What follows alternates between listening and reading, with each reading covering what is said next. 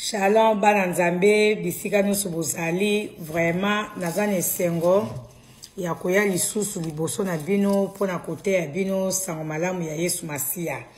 Lelo na ye na sujet moko lisusu oyo kosunga biso pona ko sala intercession. Vraiment nalingi na rappeler na bana nzambe oyo bozana petite kolandanga ke ngai ministère na ngai ezali beaucoup plus intercession. Nazali mwasi ya mabondeli, nazali mwasi o nazali intercesseuse. Alors, na grâce o nazue pa na nzambe ya kokumba ministère intercession, nzambe pe asalanga lisusu ngolu ya ko décortiquer parole na ye pona ko mema biso na ba sujet de prière. Alors, nangi na taisa bana nzambe ke tant oza intercesseur, tant oza intercesseuse, esengeli ozala mutu o ozo bunda. Tant ozo bunda sans reculer. Alors, thème nanga ya lelo ezali combattre sans reculer. Alléluia. Ozo bunda bitumba sans kozonga na sima. Ozo bunda po atteindre objectif. Oza ko bunda po zwa elonga na yo. Ozo bunda po osimba ba promesse oyo nzambe asaela yo to asaela biso. Alléluia. Et ce n'est pas que nous ne combattons pas pour la victoire, mais nous combattons dans la victoire. Alléluia. Nous ne combattons pas pour la victoire, mais nous combattons plutôt dans la victoire. Alléluia.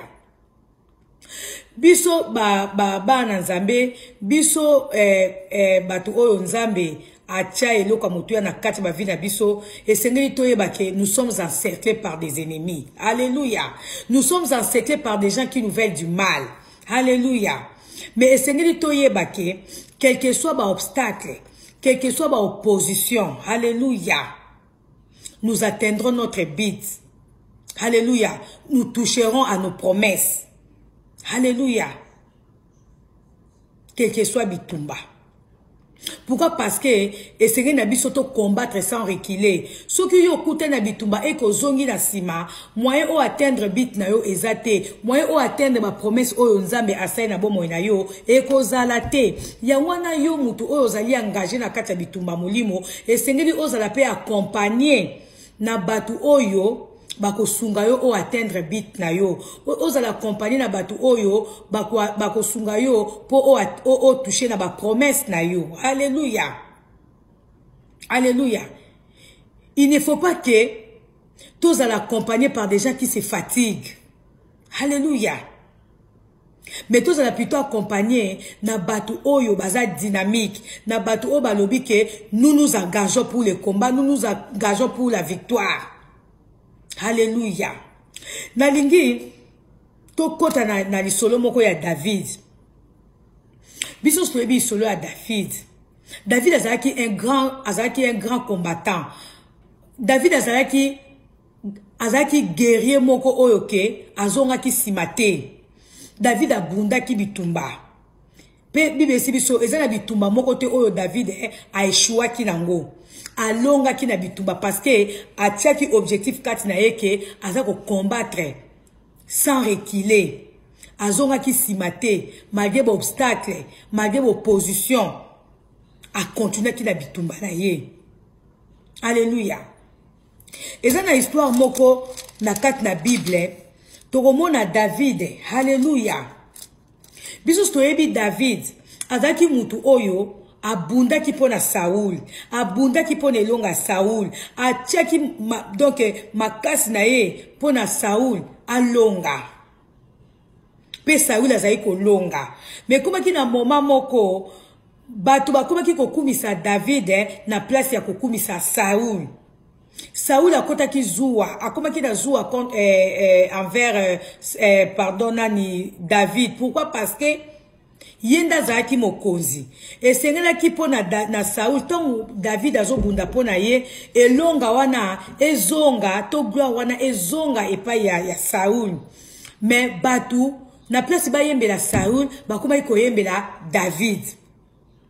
Alors etiaki zuwa na kati na Saoul. Et il retient opposition na kati na bango. Pourquoi? Parce que Saoul a komaki lokola humilié. alobi ndenge ni mutu oyo soda nanga yazo bundelanga me oli batu elonga na ezonge pa nanga ekomi suko zongela ndenge nini. Alors opposition kotaki entre bango mibale tie ko sala ke David esengelaki na ye akima. Ba isi so David azalaki na 600 soldats. Oyo bazali ko sala équipe na ye. Tangu Saoul azali ko landa ye parce que Bible esi so ke tangu Saoul azali ko landa David azali ko kima, azali ko kota bamboka ko dusola azaki na 600 soldats. Mais komaki na moment moko Hallelujah. David ako kende na exil. Tango akende exil, akenda ki na troupe na ye. Alors, pas ya kenda ki exil, akenda ki na mboka ba Philistin. Mukonzwana ya troupe wana ayamba ki pe David parce que ayeba ki David. Ayoka ki sango ya David kazaki un grand soldat, un grand guerrier. Alors, ko sala sikoyo mboka oyo Saoul plutôt David akenda ki ko s'exiler ba koma ki pe na bitumba oyo sengla ki na bango pe ba kende ko bunda. Hallelujah. Na mboka wana David ndenga kenda ki exil asaki déjà 2 ans na kati mboka wana. Alors tant bitumbe komeni bango, alors mukonzi ya je sais pas ya armée wana ba bengi Akish arekita ki pe David na ba soldat na ye pona ba bunda ba kende ko bundila bango bitumba. Ko sala sikoyo na ebite terme militaire ni nakolo ba ponga na ebite na ba soldat te. Mokonzo esko abande ko sala contrôle je pense ya troupe na ye o esengele ba kena bitumba. Alors ba Philistin ba soldat ya mokonzo wana ba ko retrouver na kati na bango David na ba soldat na ye. Alors ba tunaki na mokonzi na bango ba tuni mais que font-ils ici ba hébreux oyo? Hallelujah. Abi que font ici ces hébreux parce que David azaki hébreu. Alors ba soldat na mususu to ba remarquer présence na bango ba tuni ko babi mais ba hébreu oyo bazo sani na kati na biso. Mukonzo na yebisi banga lobi ba parce que ba tangi to kitina na 1 Samuel 29 ba yebisi biso awa. Que font ici ces hébreux? Na 1 Samuel 29, na verset, je pense, 2. Babou Moukozana Lobi, ne reconnaissez-vous pas David qui avait été au service de Saoul, roi d'Israël, mais qui depuis 1 an ou 2 est chez moi? Depuis qu'il s'est rallié à nous, je n'ai jamais rien eu à lui reprocher. Alléluia. Moukozana ya bango alobi, boyebi David te. Alléluia. Azana biso awa. Depuis tozana e awa, déjà ça fait 2 ans tozana e awa. Et puis depuis que na tozana e awa, na nazue na problème moko te. Nazana likamoko oyo na koki na reprocher na ngote. Baza batu oyo nga na yamba na mboka oyo. Alors ba Philistin wana ba ibisi mkozoma wa bi te. Renvoyer ye na batu na ye. Azonga na mboka na esika uti. Mutu akoki za na biso te. Mutu akoki participer na bitumba oyo tozana ngo ya kokende ko bunda te. Mutu oyo yo yebi ete. Mutu oyo soki akeko bunda na biso, soki tozui elonga. Victoire ekoma ya ye. Honneur ezongela ye ekoza su ya yote. Yo kasango na ete abundaka pona Saoul, bat bakomaki ko yembela ye, ya balukela ka batu. Renvoyer ye. Akota akena bitumba na bisote, renvoyer na basoda na ye. Alléluia. Alors finalement mukonzwana esengle kaka yoka batu na ye. Ayeki ko benga David alobi David. Vraiment nazane loko oyo ngana ko reprocher ote. Ovandi nanga au moins 2 ans na zona likambo moko te. Mais lokola batu nanga balingi yote. En tout cas oza obligé kaka yona batu na yo okende na yebi kozali un homme juste. Alléluia. Mais na lingite ozwa part na bitumba o toza nango malamu ozonga parce que présence na yo etie batu nanga mal à l'aise. Ndeko mwasi ndeko mobali soki oza wen. Alléluia. Soki oza neloko nzambe na ngina talisa oke présence na yo etiaka batu mal à l'aise. likambo ezala te bato bako combattre yo sans cause bato bako boya yo zala kati na bango bato bako linga même pas yo accompagner bango na ba mission. Pourquoi? Parce que oza loin de Dieu. Pourquoi? Parce que oza na mafuta. Pourquoi? Parce que oza na eloko nzambe ya motuya oyo bango bazana ngote bako luka ba tia yo mal à l'aise.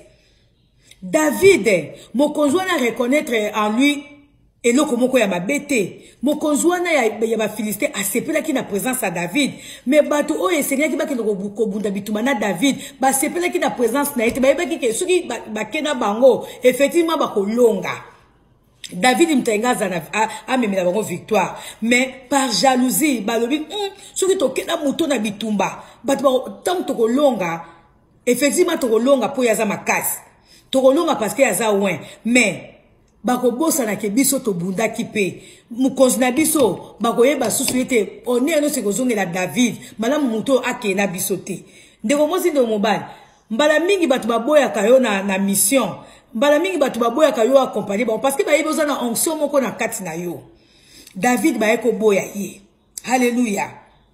Alors ce qui na 1 Samuel 29 na verset 26 à Bible dit finalement Akish appela David et lui dit aussi vrai que l'Éternel est vivant tu es un homme juste et j'aurais aimé que tu prennes part avec moi à cette expédition militaire car je n'ai jamais rien eu à te reprocher depuis que tu es venu chez moi jusqu'à ce jour mais tu n'es pas bienvenu des autres tu n'es pas bien vu des autres princes Philistins. Maintenant donc, repars en paix chez toi, pour ne pas les indisposer. David lui dit, mais qu'ai-je donc fait pour que je ne puisse pas aller combattre les ennemis de mon Seigneur le roi? Qu'as-tu trouvé à reprocher à ton serviteur depuis le jour où je me suis mis à ton service jusqu'à maintenant? Akish répondit à David, je le sais bien, car j'étais apprécié comme un ange de Dieu. Seulement, les princes des Philistins m'ont dit, il ne participera pas à la bataille avec nous. Maintenant, lève-toi de bon matin, toi et les serviteurs de ton maître qui sont venus avec toi. Levez-vous de bon matin dès qu'il fera clair et partez. Alléluia. Présence à David et tchaki bango mal à l'aise. Mokonzi wana lobi, mokonzi wana mboka na lobi. Mboka oyo David akendaki na exil. Alobi yo sel nonga mabete. Oza na problème moko pete. Kutu na apprécier yo. Présence na ona kati na mboka nanga. Depuis là, na apprécier kayo oza lokola un ange de Dieu. Mais c'est ma batu nanga balobi yo mo yo participer na biso na bitumba oyo ezate. Yango na lingi yo na équipe na yo bokanga bisaka déjà na tongo. Bozonga na mboka, zonga na mboka na yo. Hallelujah. Babengani David, mboka oya kendaki exil, babengani babi zonga na mboka na yo parce que présence na yo ezotia mal à l'aise batu na ngai. Hallelujah. Nangina yebisa yo. Yo ozali wen. Hallelujah. Yebake présence na yo tiaka mal à l'aise. Bato yo zalaka na bango. Alléluia. Alors, ego sala ke David azonga ki na mboka oya autaki na basoda na ye. Tamba komi kuna, to komi sko na vers na chapitre musuto kesko na 1 Samuel 30. Explication na pesibino ezaki na 1 Samuel 29. Alors na verset na 1 Samuel 30 na 1 Bible sibiso, lorsque David arriva le surlendemain avec ses hommes à Siglag, il la trouva ravagée et incendiée. Les Amalécites avaient fait une excursion dans les Negev et contre Siglag. Ils s'étaient emparés de femmes et de ceux qui se trouvaient dans la ville, quelles que soient leurs conditions sociales, sans toutefois tuer personne. Ils les avaient amenés et avaient continué leur chemin. Quand David et ses compagnons arrivèrent à la ville, ils découvrirent donc qu'elle avait été incendiée et que leurs femmes, leurs fils et leurs filles avaient été amenés captifs. David et ses compagnons se mirent à crier et à pleurer jusqu'à être épuisés. Les deux femmes de David, Ahinoam de Jezreel et Abigail, veuve de Nabal de Carmel, étaient parmi les prisonnières. David était dans une situation très angoissante parce que ses compagnons étaient pleins d'amertume en passant chacun à ses fils et à ses filles, et il parlait de les tuer à coups de pierre. Mais David puisa de nouvelles forces en se confiant à l'Éternel, son Dieu.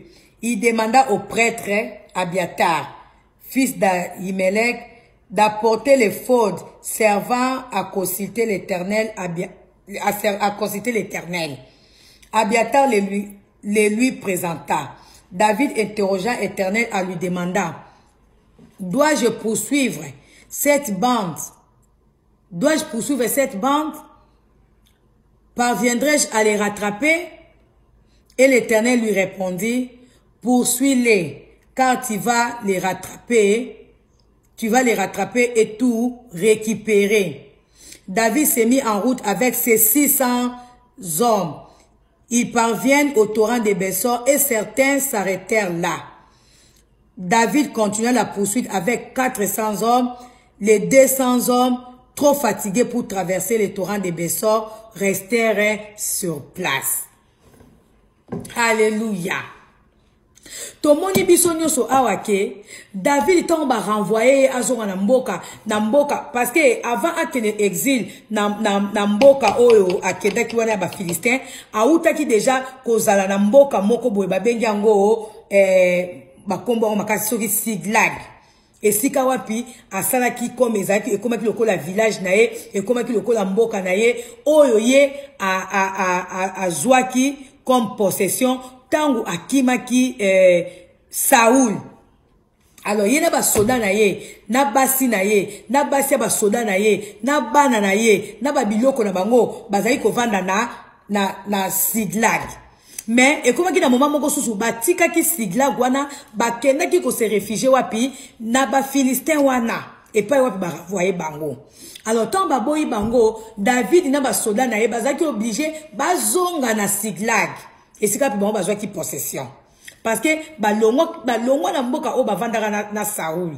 Parce que Saoul a su ko supporter présence à David parce que David a koma ki gêna pona ye honneur ne se koma ki ya David. Alors roi Saoul ko bande ko luxa David pona ko bomaye parce que abanga ki ke David a renversé pouvoir na ye ponini azaki toujours muto azaki ko bunda bituma pas azaki ko longa. Alors bibe biso tangu David na ba soda na ye 600 bazonga ki na ville na bango na Siglag. Balobi baki kokuta ville koma ki incendié. Baki kokuta ville koma ki ravagé. Alléluia. Baki kokuta ville koma ki vide. Alléluia.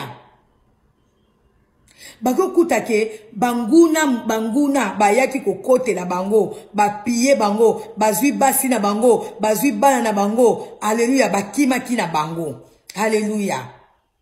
Tant bakomi Namboka wana bamoni ville koma ki incendié bakuti bandaku vide sikoyo ba compagnon ya David ba soda ya David babandi kolela basi na bango babandi kolela bana bango ale basilikeli David balobi David omoni likolo na yo totika ki mboka totika ki basi na biso totika ki biloko na biso totika ki bana biso siko tala tozongi tokuti mboka komi vide banguna na yo bamemi basi na biso bamemi bana biso bamemi biloko na biso. Alors que basi ya David pe bango pe bazalaki prisonnière parmi basi na bango. Bible sibiso awa les deux femmes de David Ahinom de Jezreel et Abigail veuve de Nabal de Carmel étaient parmi les prisonnières. Basi ya David pe bango pe bakendaki prisonnière. Alléluia. Alors David a komaki na situation moko angoissante. A komaki na situation moko oyo ayeba kite asala nini. Pourquoi? Parce que ba compagnon na ye ba balukela ke ba komaki na plein d'amertume contre ye. Alléluia. Ba komaki ko kanisa bana bango, ba komaki ko kanisa basi na bango. David makase sila kiye. Balobi David ayeba ke loko asala te. Mais Bible sibiso David puisa de nouvelles forces en se confiant à l'Éternel, son Dieu. Alléluia. Nengina talisa onde ko mwasi nde omobani. Tangu omona kake ba piye yo. Tangu omona kake bozwina yo e baby. Alléluia. Tango mona kake okomi saccagé, ba faire na yo e baby. Alléluia. Ba binemi na yo, ba piller yo. Opuisera force na yo panani. Na natalisa yo ke David tanga constataki ke basi na ye na bana na ye bakoma ki ba prisonnier, même basi ya ba soldat ba koma prisonnier ba lobi.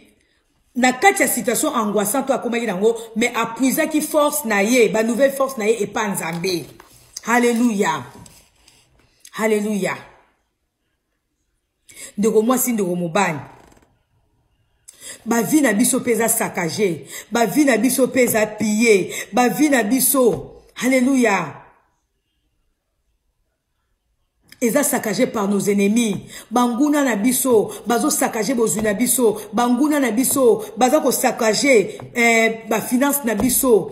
Alléluia, ba bénédiction na biso. Alléluia. Bazo piller ba bénédiction na biso. Ba faire na biso, prospérité na biso, kimia na biso. Alléluia. Eza pillé par nos ennemis. Alléluia. Milieu mabé. Ezo saccagé ba vie na biso, mili mabe, ezo saccagé ba faire na biso, mili mabe, ezo zo bozu na biso en otage, ezo zo ba vie na biso en otage, ezo zo ba vie aba na biso en otage, eza ko piller bandaku na biso. Alléluia. Mais sengeli to taila nzambe. Alléluia. David tant tozo tanga awa to moni ke David tant akuta ki ville na bango et comment qui saccagé et pillé. Balobi azwa ki ba nouvelle, apouza ki ba nouvelle force et pas nzambe. Alléluia. Combien de fois ville na yo eza saccagé de moi si? Combien de fois ville na yo eza entouré par des ennemis? Alléluia. Alléluia. Ozo monake oza envie. Alléluia.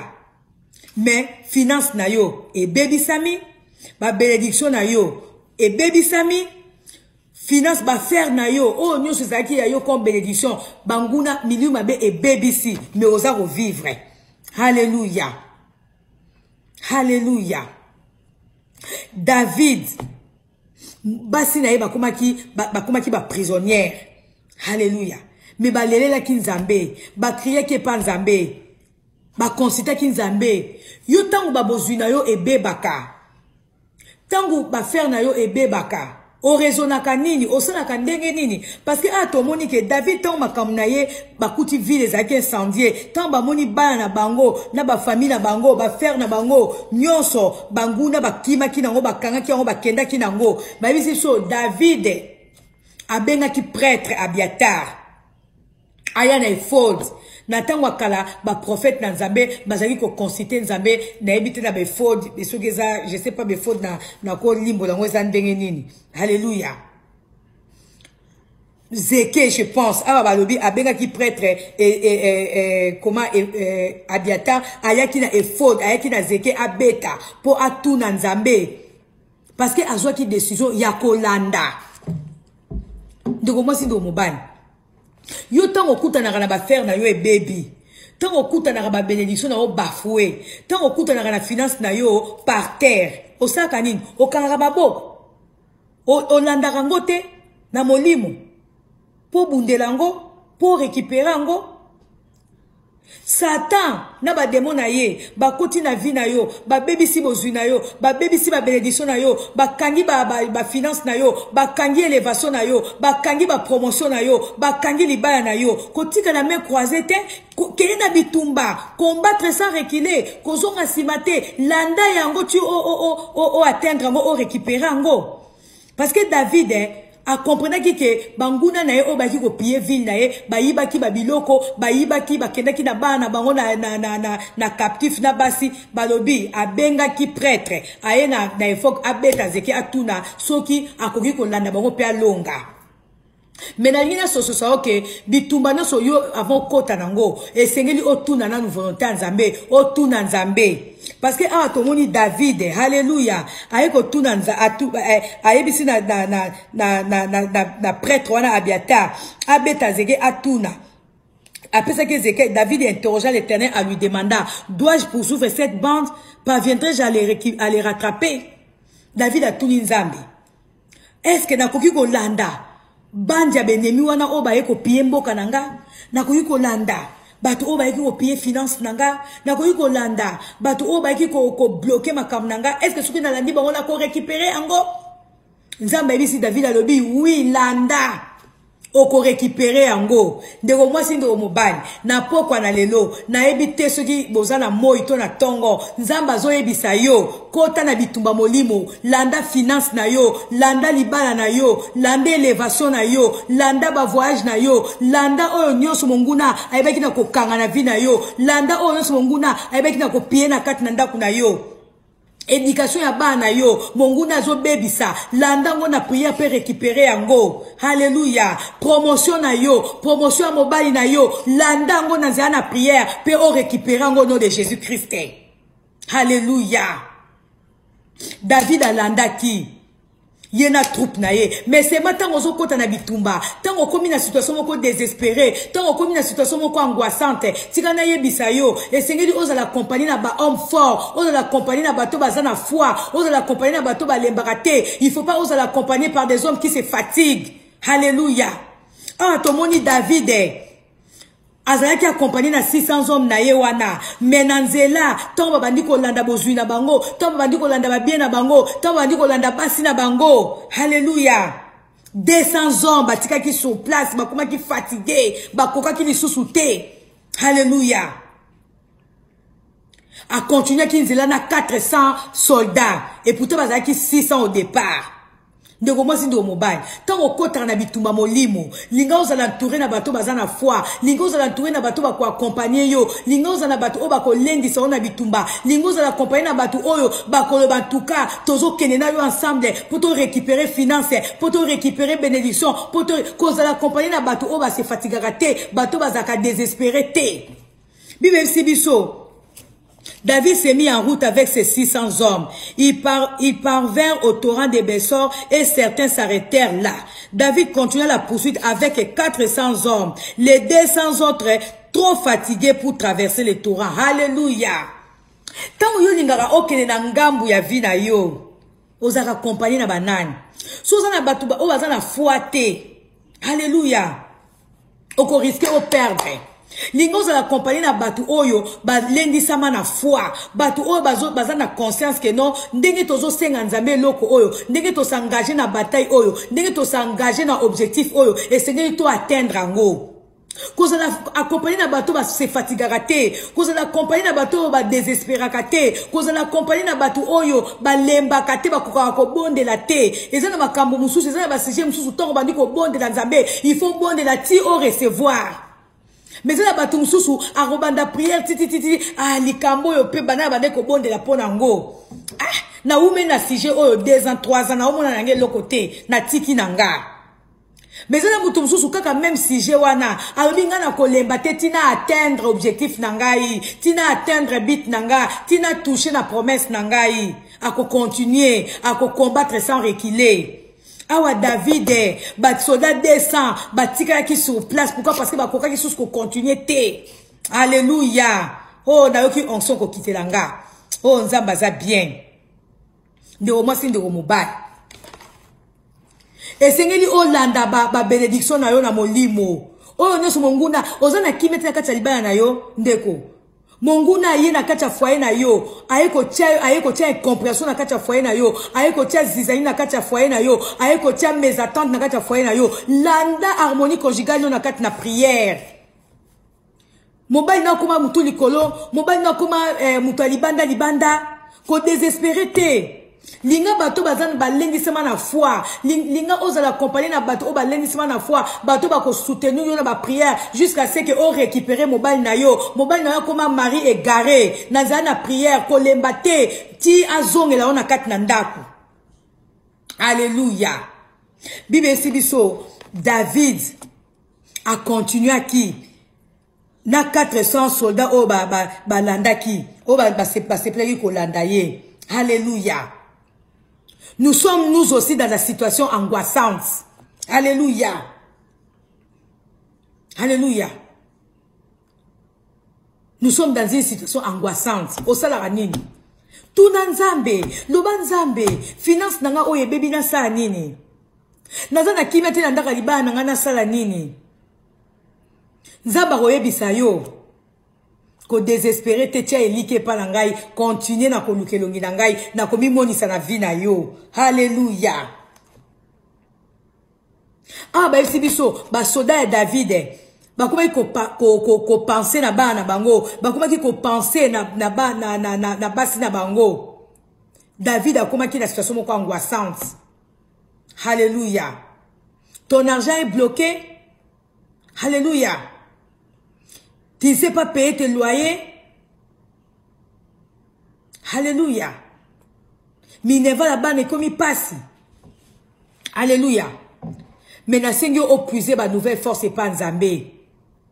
Oh nyo se zali bloqué na vie na yo. Na lingi au puiser ba nouvelle force et pas Nzambe. Oh landa biloko na molimo. Sata yibi biloko na yo. Sata kangi bozui na yo. Amemi yango en otage. Amemi yango aken yango je sais pas où. Alléluia.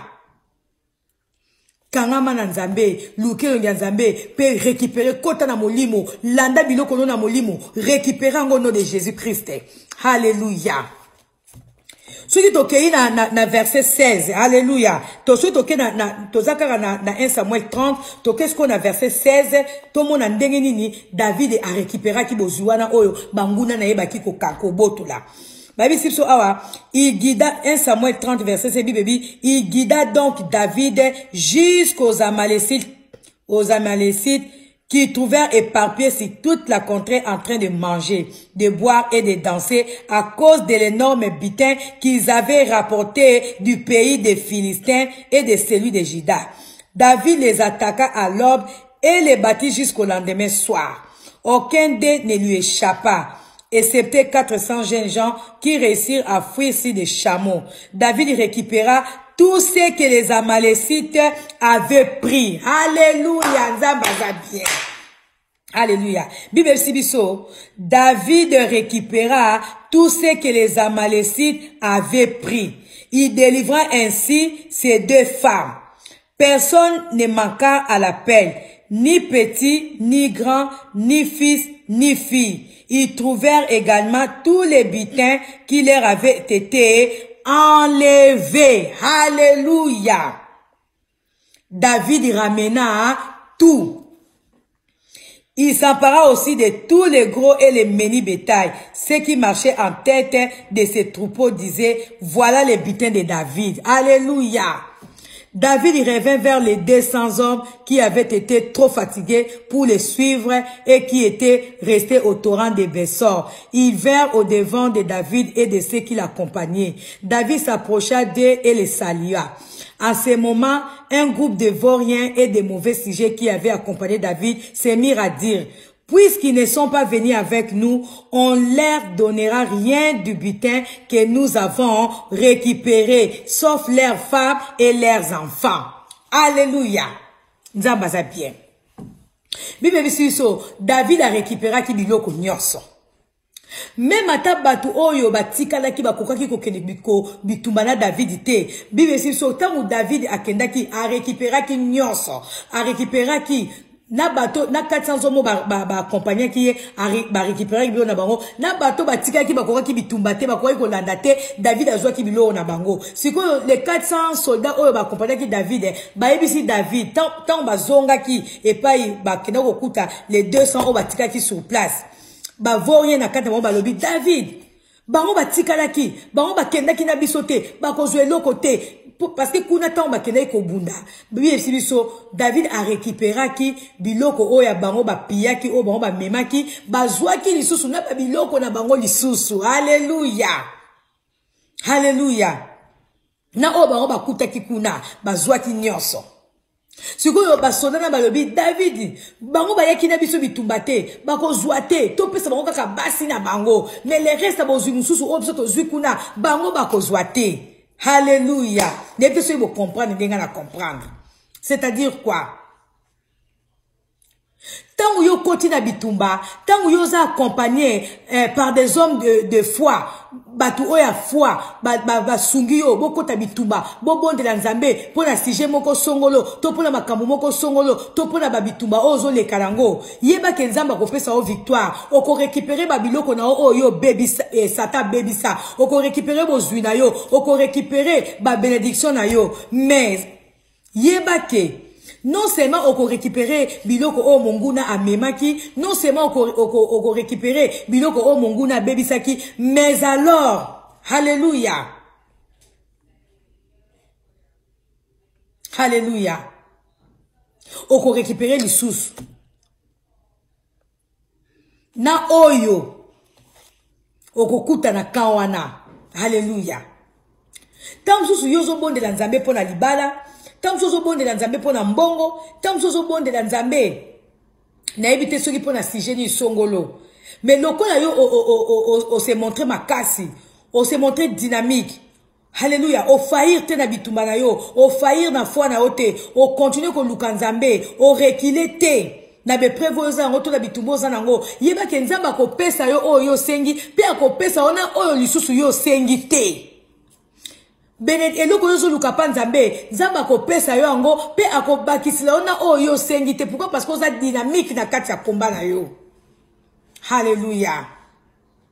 Ndeko mwasi ndeko mobali na yebite monguna na kati ya ndako na yo abebisi nini, monguna na kati ya ndako na yo apie nini, monguna na kati ya libota na yo asakaje nini.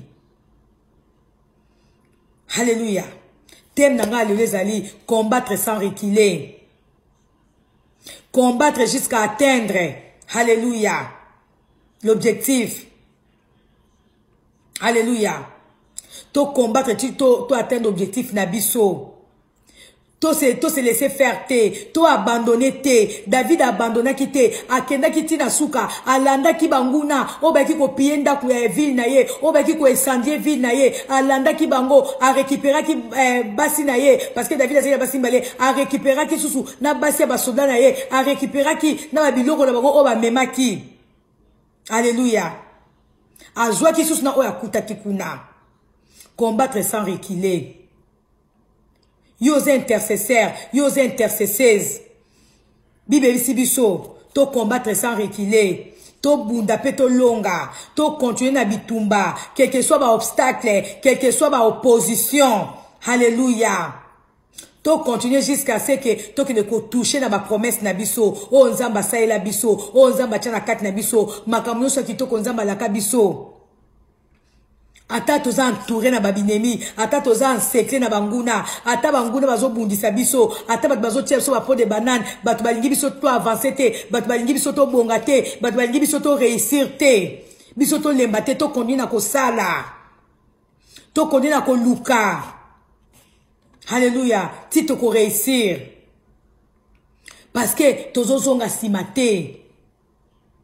De moi si de mobile. Vraiment naebi ke nazanalité ya oyo ozui ba sujet de prière na ko kumba intercession mais na moni vraiment temps et komi koleka mingi moyen na kota format na préparer ki même ba sujet ya intercession donc ba sujet de prière par rapport à l'ité ya oyo. Alléluia. Nzamba za malamu. Donc moi c'est peut-être na koyoka yo bananzambe, c'est peut-être ko tanga Bible parce que des fois tant so ozakana ozo yebate okobonde na ndenge nini ozana sujet ko prier te mais tikane so que tant yo tanga yo bananzambe modi mo santu ako souffrir ba sujet de prière o esengeli po na vie na yo to po na libota na yo to po na bana na yo to po na besoin moko songolo oyo zanango oko puisant okaka na kati na yo bananzambe. Nzamba pambola yo, oyo yo kingai na moi na lilo to na pokwa na lilo.